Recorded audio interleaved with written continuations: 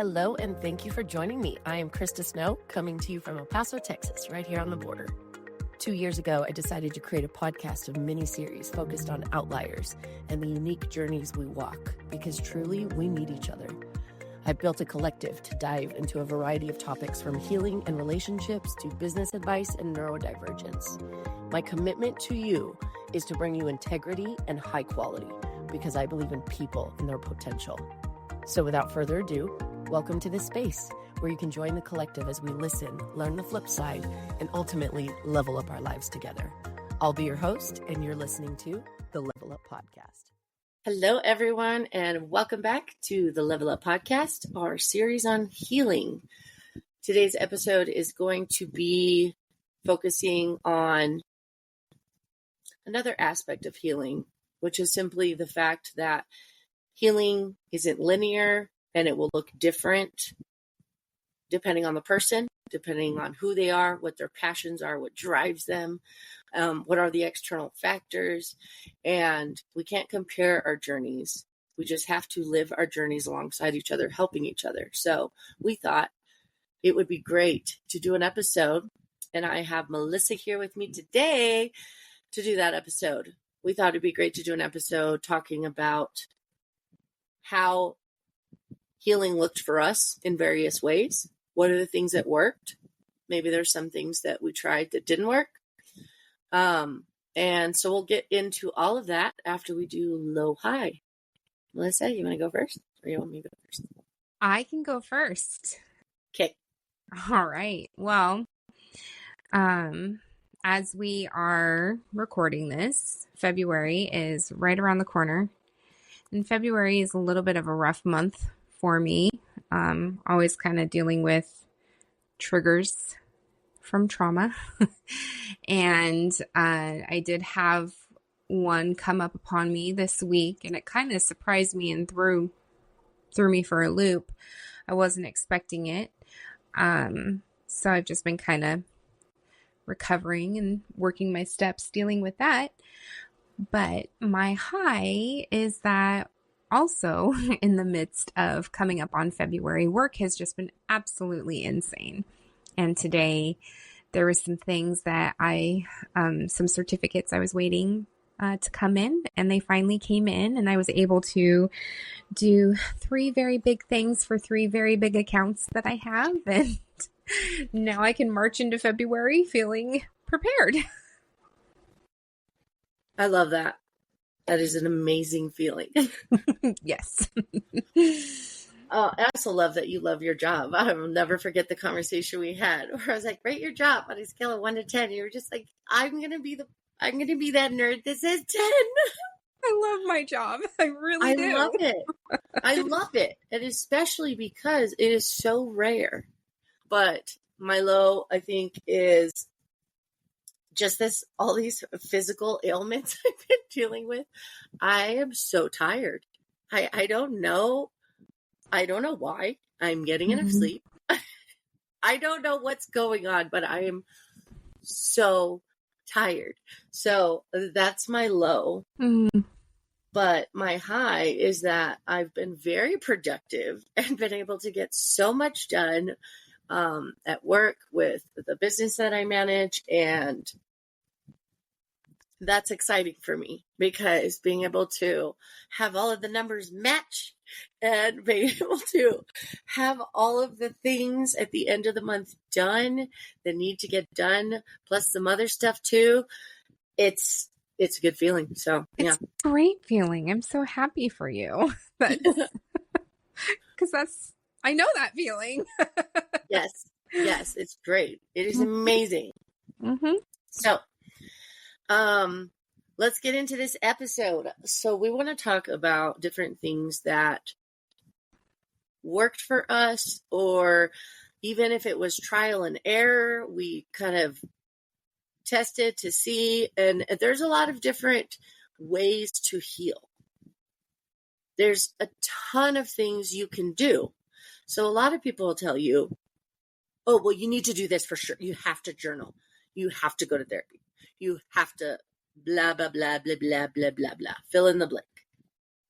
No, if there's anything I learned that there are people that have healed in ways that I've healed that never did anything that I did. They did different things. And whether that's because of differences in personality, differences in behavior, in beliefs, faith even plays into it, right? If you don't believe in God versus believing in God, there's a lot of different factors that play into healing. And I've seen people heal regardless of faith because it works. And there's a system to it that is this like click moment. When you get to the point of healing from something, you just get it. And you are now in the playing field of everybody else who has healed from that, and you get it. But OMG, actually getting there, you have no idea what to do because everyone tells you to do stuff, and there's certain stuff, and there's a list, and then sometimes it just doesn't work for you. So we'll talk about some of the things that work for us. Melissa, what's one of the first things that you think of as far as healing, and what really helped you? Well, I am one of those ones that journaling really helped me. I have a journal that I carry with me everywhere, and I am known to pull aside and put myself in a corner of a room and scribble away furiously. My journal's a little bit different though, where it's not so much journaling and then so-and-so did this and nothing like that. It's more letters to God. Oh, I love it. Okay, tell me more about this. Yeah, well, the first thing I had to do in my healing journey was I had to turn to God. I was raised in the church. I was raised in two different churches. I was raised Catholic and I was raised charismatic Christian.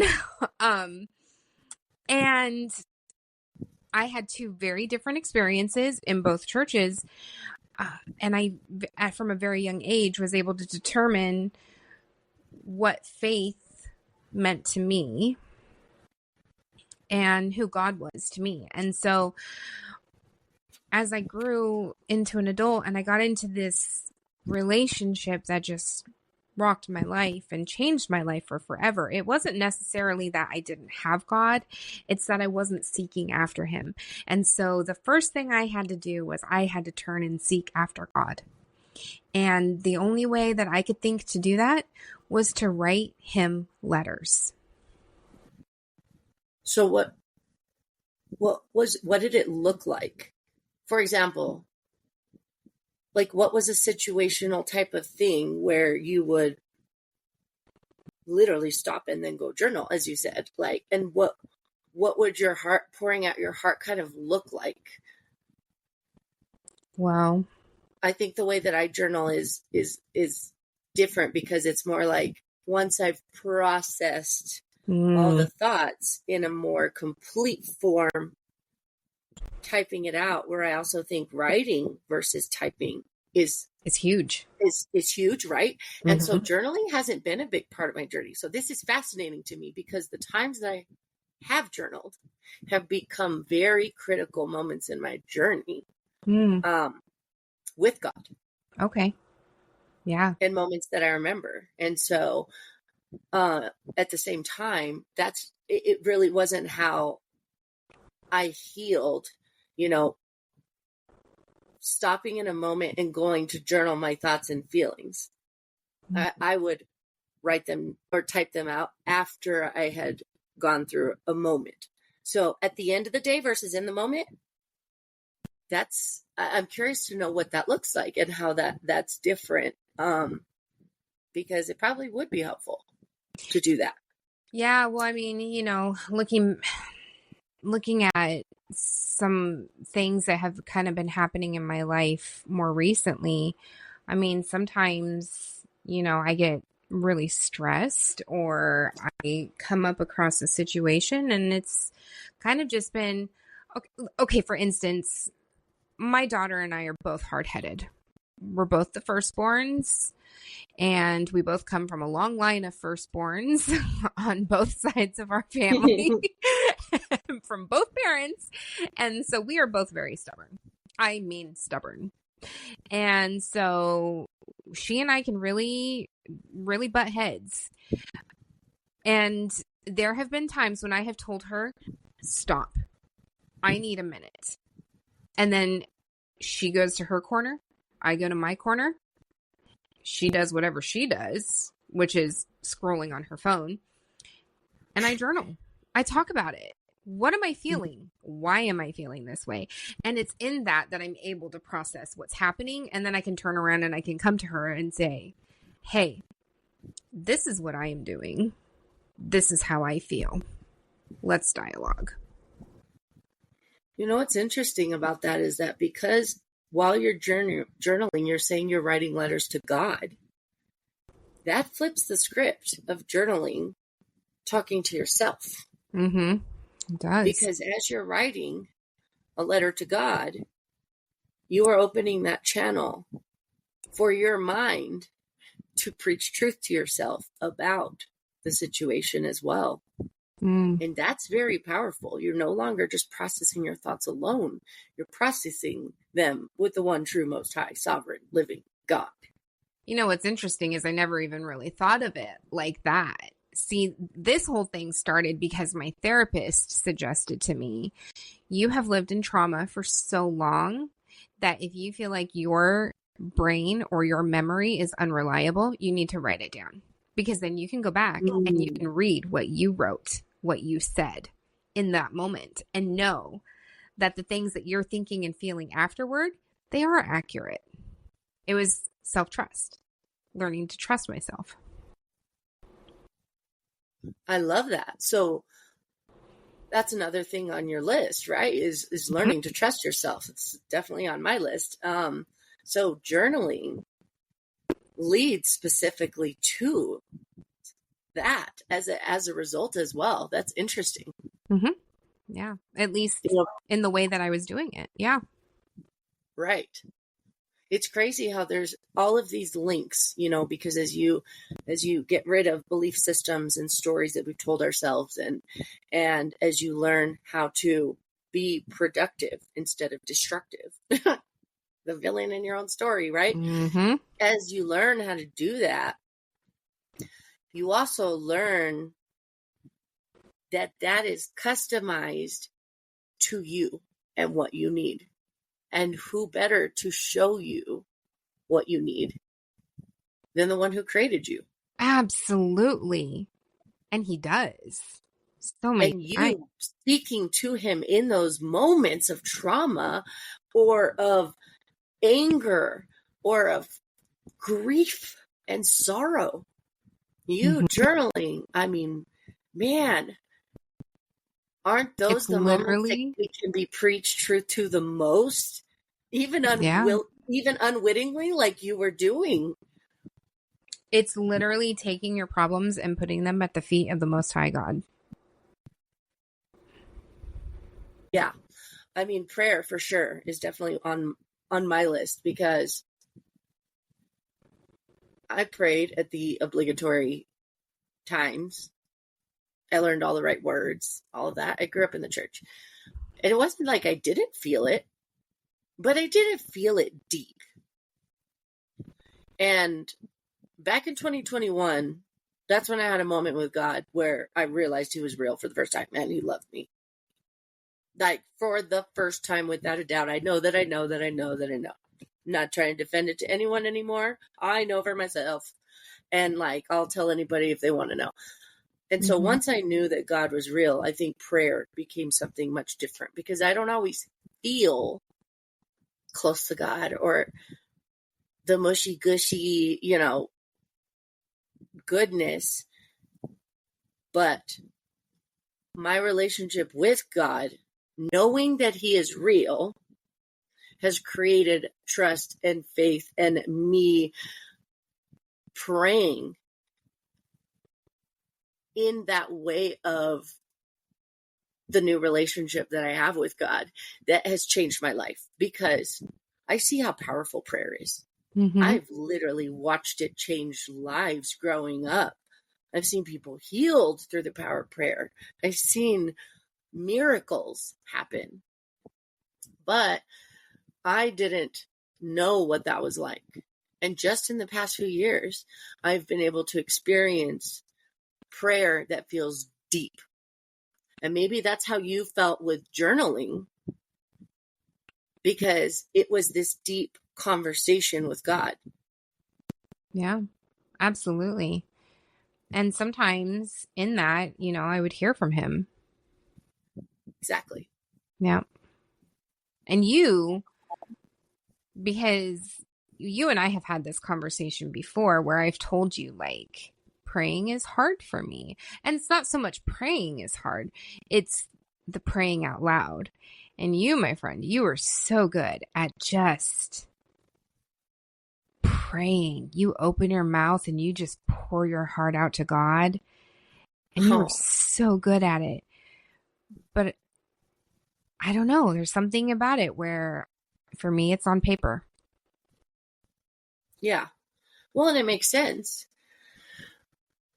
But I also grew up in a family of, prayer warriors, really. And I think that is very purposeful to my calling, because I picked up the torch from my grandma, from my parents, but starting with my grandma.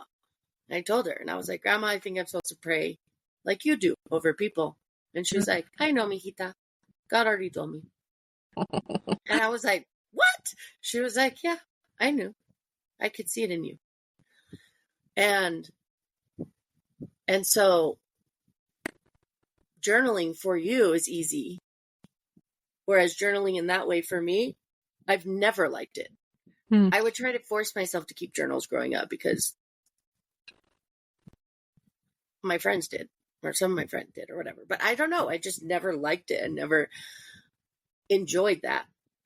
But what you just said about it almost being a prayer journal, that's what my mom does. Oh, okay. And so growing up, I remember asking her one time, I was like, do you, like, you have a journal, but is it you don't write about stuff like, today we blah, blah, blah, blah, blah, right? Those were the kind of journals I was trying to keep. Like, so today I went to Becky's house and and we ate mashed potatoes. Right? And it was fun. Like, I don't know. I couldn't ever keep up with it. There's nothing wrong with journaling like that either. No, because some of my friends like thrived off of that. They would write every single day in their journal. Mm-hmm. And I could never keep up with it. And so my mom told me, she was like, yeah, I don't keep a journal like that. Mine's more of a prayer journal. And I just talk to God about stuff.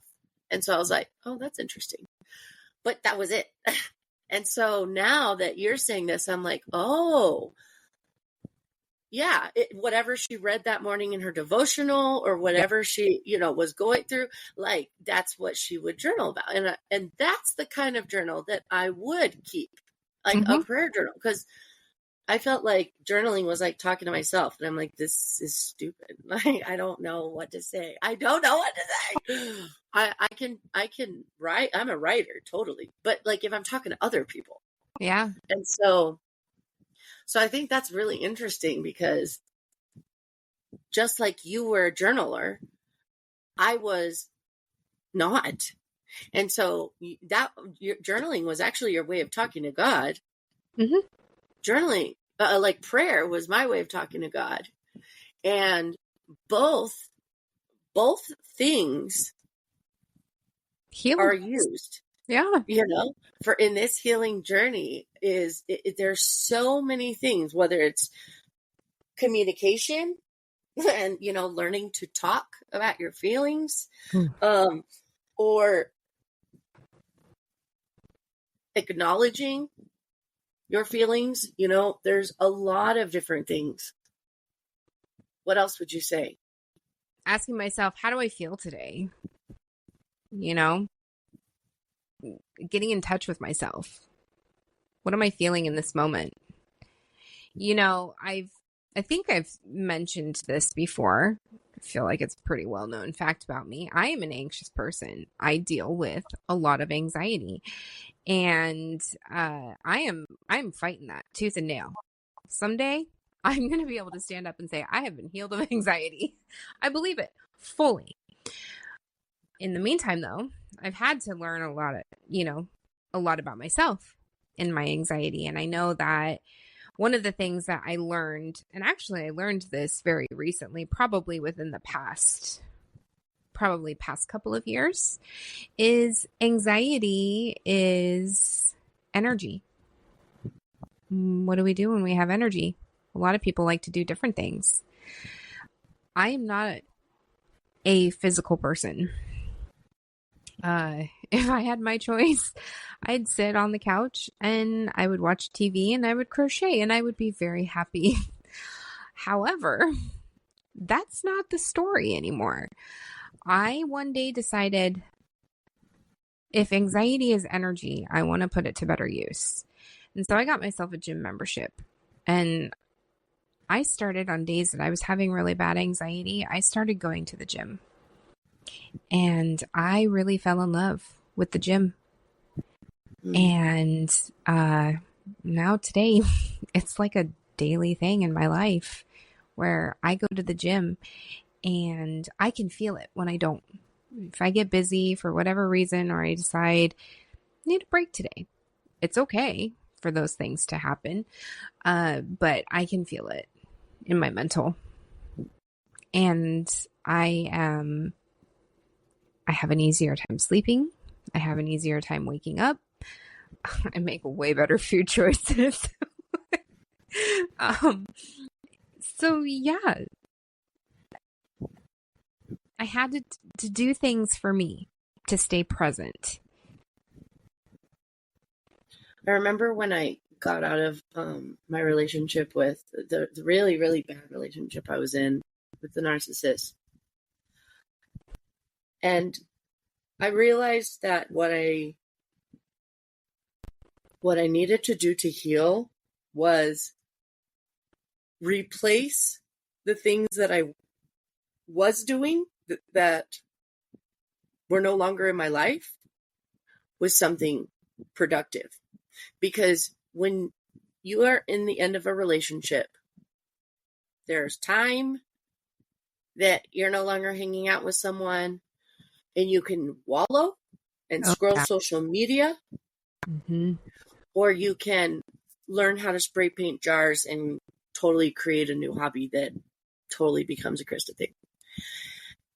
And I did a whole lot of the wallowing and the self-destructive stuff and numbing, hanging out with friends and drinking to forget, instead of being productive.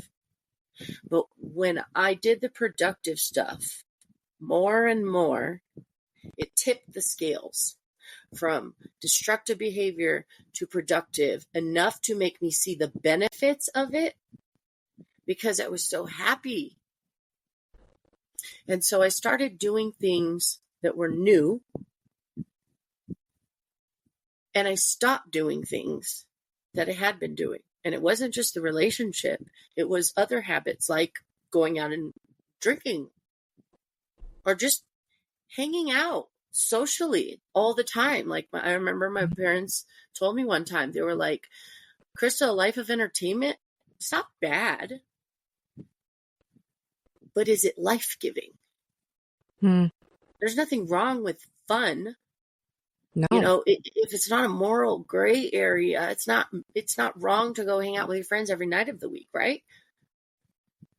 But is it life-giving? What do you want to give your life to? And I remembered that a lot as I was healing, because I wanted to do more things that I had not been doing. So I started replacing the destructive behavior, like binging Netflix and not doing anything all day long. And I started doing more things like hang out with my family. So I made a list of things that I wanted to do, which were start playing piano again, hang out with my family, pick up a hobby, dance more. There are things that I knew that I loved that I wanted to pick up again and see if I still loved as much, like piano. There were things that I didn't do as much as I wanted to do, like dancing, because I love country dancing. And my brother will go with me anytime I want, but I'm just a hermit and I don't like to. I don't like to go anywhere or do anything, basically. I've turned into a hermit after being the complete opposite. And that's a part of my healing journey. I have become so introverted, and now, that's changing, but for the last 3 years, I've basically become a hermit to learn me for real, not me and what I like to do because other people like to do them, but what drives Krista, what makes her passionate. And I didn't really know. I told my friend at one point 3 years ago in January, so almost 3 years to the date, I remember I told him, I don't know what makes me happy anymore. Nothing makes me excited. Like, you should have something that you're looking forward to in the future. You should have something that you're doing now that excites you. Life isn't Skittles and rainbows. But if you're not excited about something, it's because you're really, really sad, or you're depressed, or you're anxious, or you're struggling.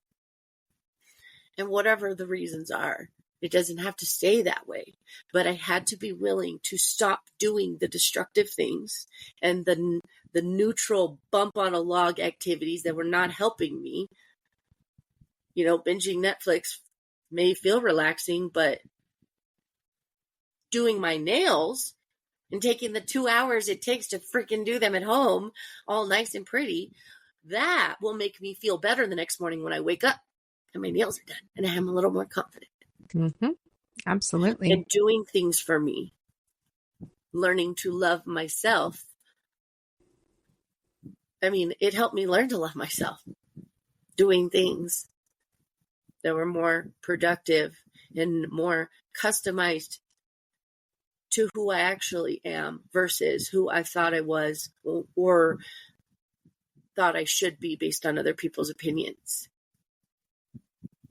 There is a movie that I love, and I bring this up because I actually did something very similar where I have a list and I call it my adventures list. And it's literally a list on my phone. And anytime I see something that I'm like, I want to try that, I put it on my list and I cross them off.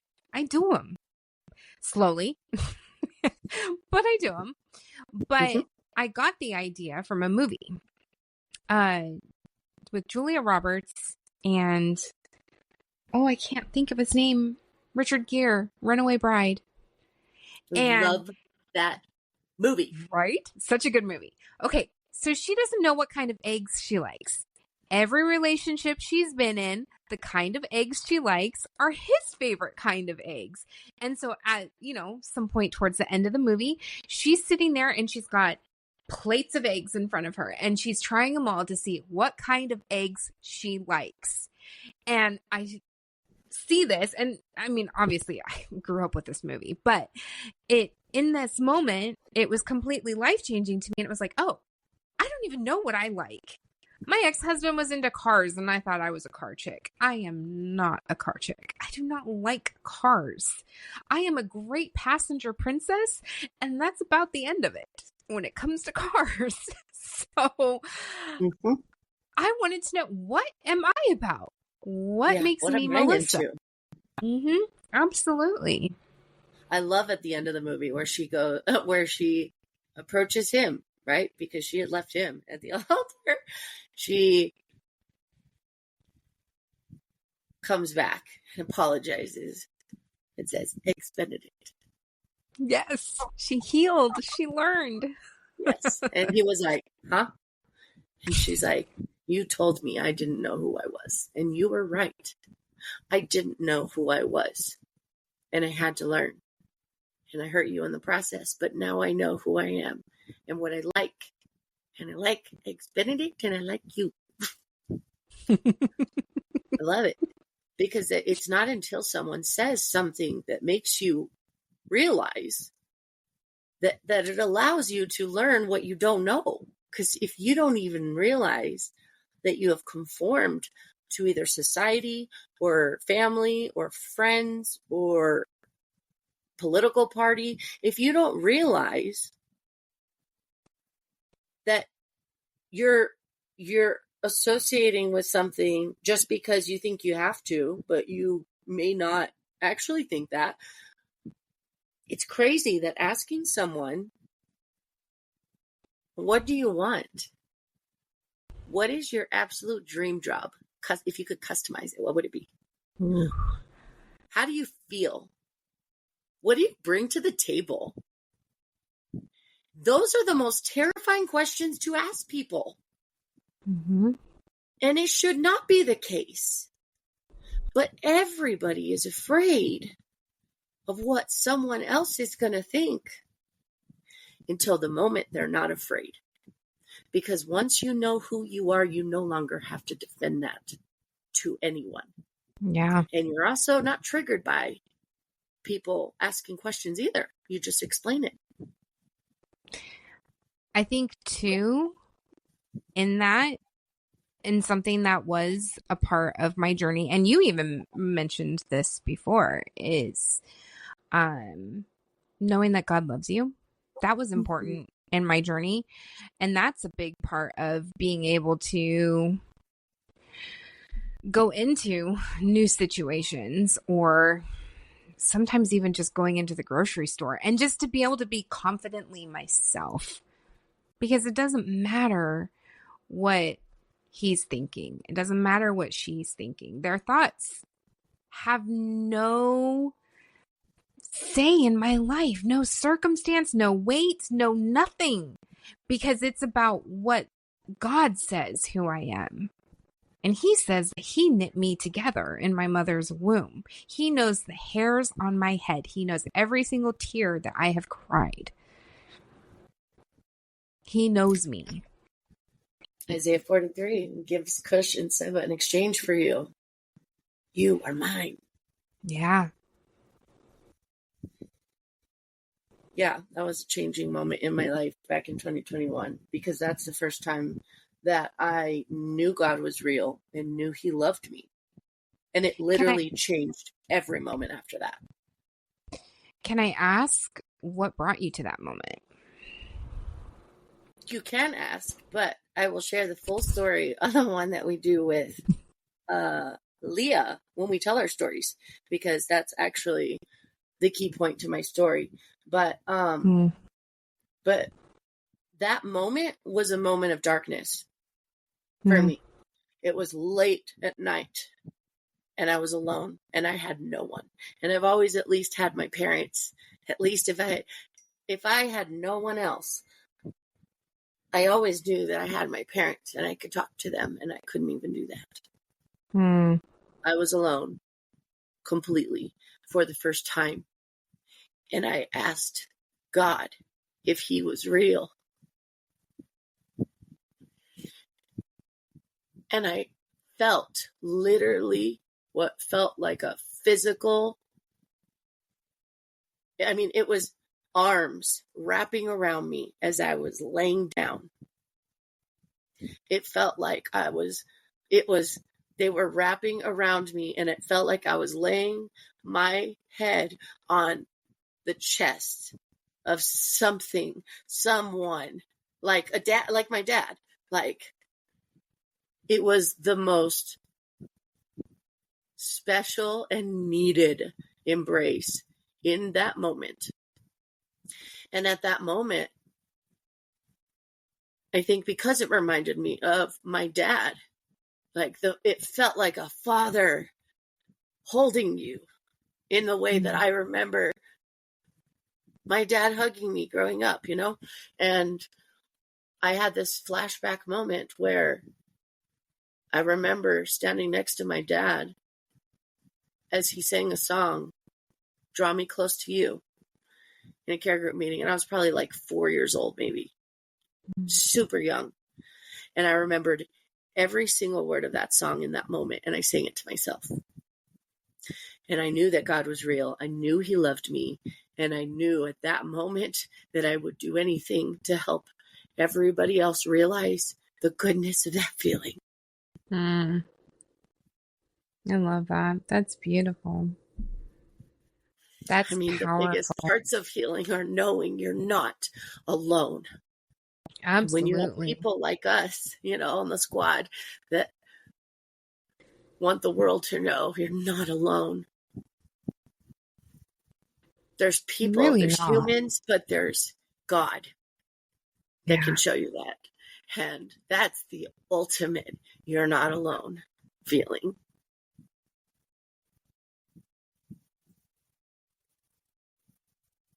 So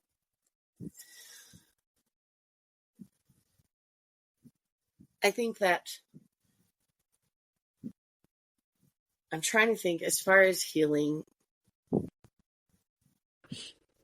if I could say the things off the top of my mind that I haven't already said to cap off this episode, I would also say that therapy was a life Oh. changer. And I Mhm. had the amazing opportunity to experience the exact therapist that I needed on the first try. The factors that I now can explain to other people about therapy, the factors were just in place. And I got the right person on the first try. And I mean, she's my lifeline, my savior in a lot of ways. And I was pretty cynical about therapy, but I knew there was something to it because I'd heard people talk about therapy that were my friend that was a previous cynic. He was like, therapy changed everything for me. And I was like, okay, tell me how. And he's like, I can't really explain it. And I was like, this is not helpful. So when I went through this for me, now I can explain. I know why it can help you because it gives you an insight into yourself that you cannot see. And if you cannot see it, you do not know it. And if you do not know it, you cannot fix it. Yep. And it needs to be done in the right way. So therapy and mentorship and discipleship and counseling and coaching and trauma coaching, all of those things were parts of my healing on the professional, on the professional level of like official, but hours and hundreds of hours and playlists on YouTube are, another result. Like you mentioned research, like hundreds of hours of research into learning. I learned my personality type. Oh, that makes a whole lot of sense now. Okay, what are my weaknesses? What are my strengths? How can I learn them? Like Google, YouTube, Podcasts. Yeah, that's a good one. Podcasts. There's a lot of really good podcasts out there that have a lot of good info and help. What are some of the ones that have helped you? I've talked about this one before, Deborah Folletta's podcast. She does counseling sessions, and where people get really vulnerable, live, right? Live counseling sessions, and people get vulnerable with her. That one has been a huge one. Another good one that I really like, and maybe this is just because more of where I'm at in my season in life right now, with dating, Sabrina Zohar. She's another great one. She has a lot of really great advice, and not just so much so focused on dating, but also like really getting to know yourself and getting to know your trauma, your triggers, all of that. And how can you better yourself? And really a lot of the way to do that is to go back into your childhood and look at where it all began. Yes. Yeah. Yeah, 0 to 18. Yeah. It's a big part of the healing journey as an adult. Actually, way bigger part than I would have ever thought it would be. I'm like, same. I had a good gauge on my childhood. Like, I mean, I don't remember a lot of it, but I remember the important stuff. And like, I didn't realize that all those feelings you have as a kid at certain moments or whatever, they just stay there. They just stay in there. Yeah. You have to heal from them later when they come out as an adult. It's like I don't know, and maybe this is just the naiveness of myself, but it's like I thought that once I was an adult, like all of that ish from my childhood was going to be gone. And no, it wasn't. It followed me and it created all new problems. And Or even problems you thought maybe weren't like that big a deal or whatever, Yeah. and then like, I know my issues. I know the big deal stuff, right? Yes. And then there's And like so, stuff that you never even knew about, nor no. considered that apparently is a deal, apparently is a thing that Kristen needs to like Yeah. feel bitterness and resentment and abandonment issues from, Yeah. like because I had some feelings that had no validation and I just allowed myself to believe them. Like, so the stuff I've done to myself has been the majority of my healing journey. Not what anyone else did to me. Nothing. No. It's all my own mind. I've created like a villain in my story in so many ways by not talking about it, by not feeling like I had anything important to share, or just not wanting to out of fear of man. And this is why we say healing, why you and I say it, and everybody in the world who deals with this topic says it. Healing is not linear. It's not a one and done. Exactly. And we'll be healing for the rest of our lives. The rest of your lives. Yeah. And I mean, like, even where, new situations come up and it's like, oh my gosh, I thought I was better, but now I gotta go heal myself again. Oh, yes. 100%. Yes. I did all that work. And now I did all that work. Again. Here we go again. It's life. It's all part of being a human. Yes. And it is always easier to go through after you've healed. Like, if you go through situations that are similar or the same even as something that you previously healed from and thought you were over or whatever, it is definitely easier to go through it the second time. Mm-hmm. Because once you have set the foundation for healing, it just steamrolls in such a good way. Oh, that man. As hard as it is, you just keep going because you're like, I definitely ain't doing the other part. No. I've already done that before the healing. I'm never going back to that life.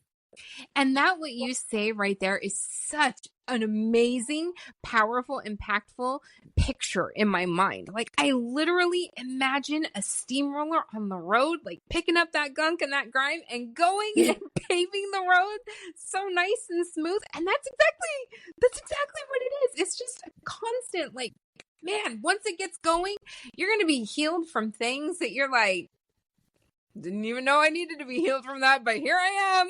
Hallelujah. Yeah. So good. Yeah.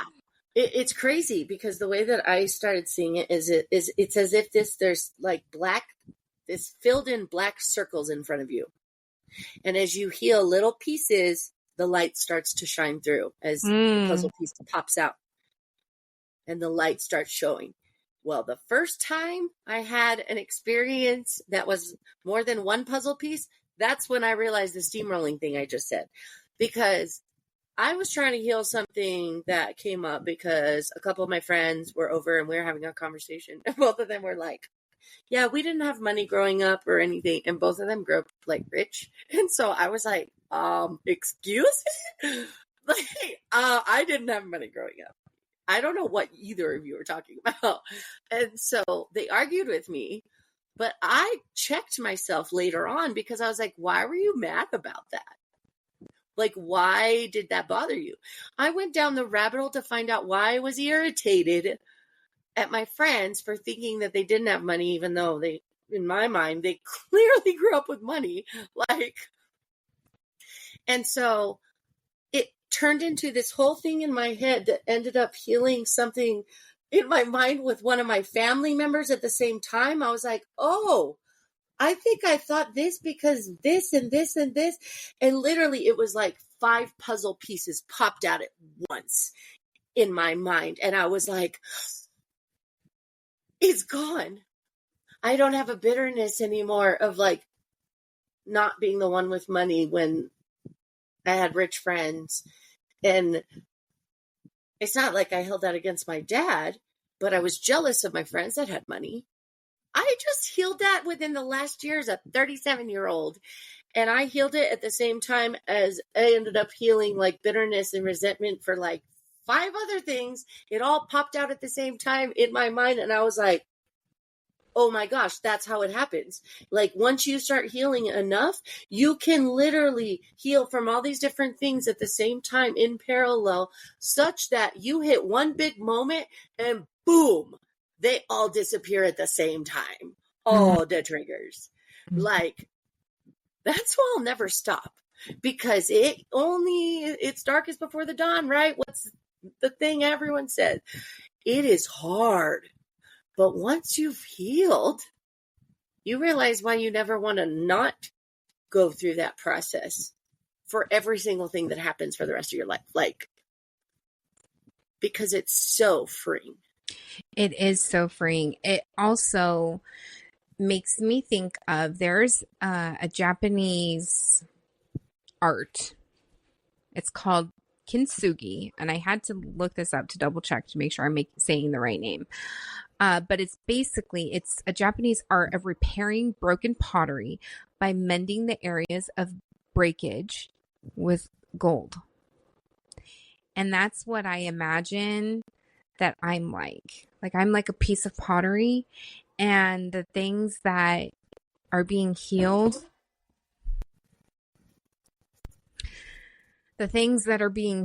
and repaired in my life, instead of being filled with just more, it's being filled with gold, and it's leaving something so much more beautiful in the after. Yeah. There's another Japanese word I love called kaizen, and I studied it in grad school. Dr. Toyota came up with this method because it is basically 100 movements of 1% improvement. Is sustainable and so much more powerful and effective than one movement of 100%. Right? It's like starting a diet or whatever.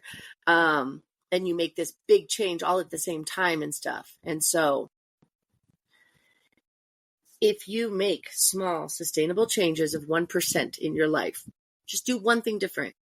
If you wanted to snap at someone, stop and think. That is the very last piece of advice I will give. It's the thing that that started my healing journey of changing my life. Is every time I get triggered, I stop and I consider, what if I did something different? So before you snap at someone, before you get irritated, just think about what you could do and weigh the options before doing it. But if you respond differently, that is the way to heal, because you cannot heal in the same level of consciousness your problems were created in. You have to do something different to get a different result. So. That's so good. So good. I think it's a lot easier said than done, and it's really hard, but that's what we're here for on the squad. So, guys, that's all we have for you today. Thank you for listening, and you can contact us if you need. We'll see you next time. Bye. Thanks for listening to the Level Up Podcast, and the squad wants you to know that we're here to help. Feel free to email us at leveluppodcastsquad@gmail.com. If you have any questions or comments or feedback, we would love to hear from you. God bless, and we'll see you next time here on Level Up.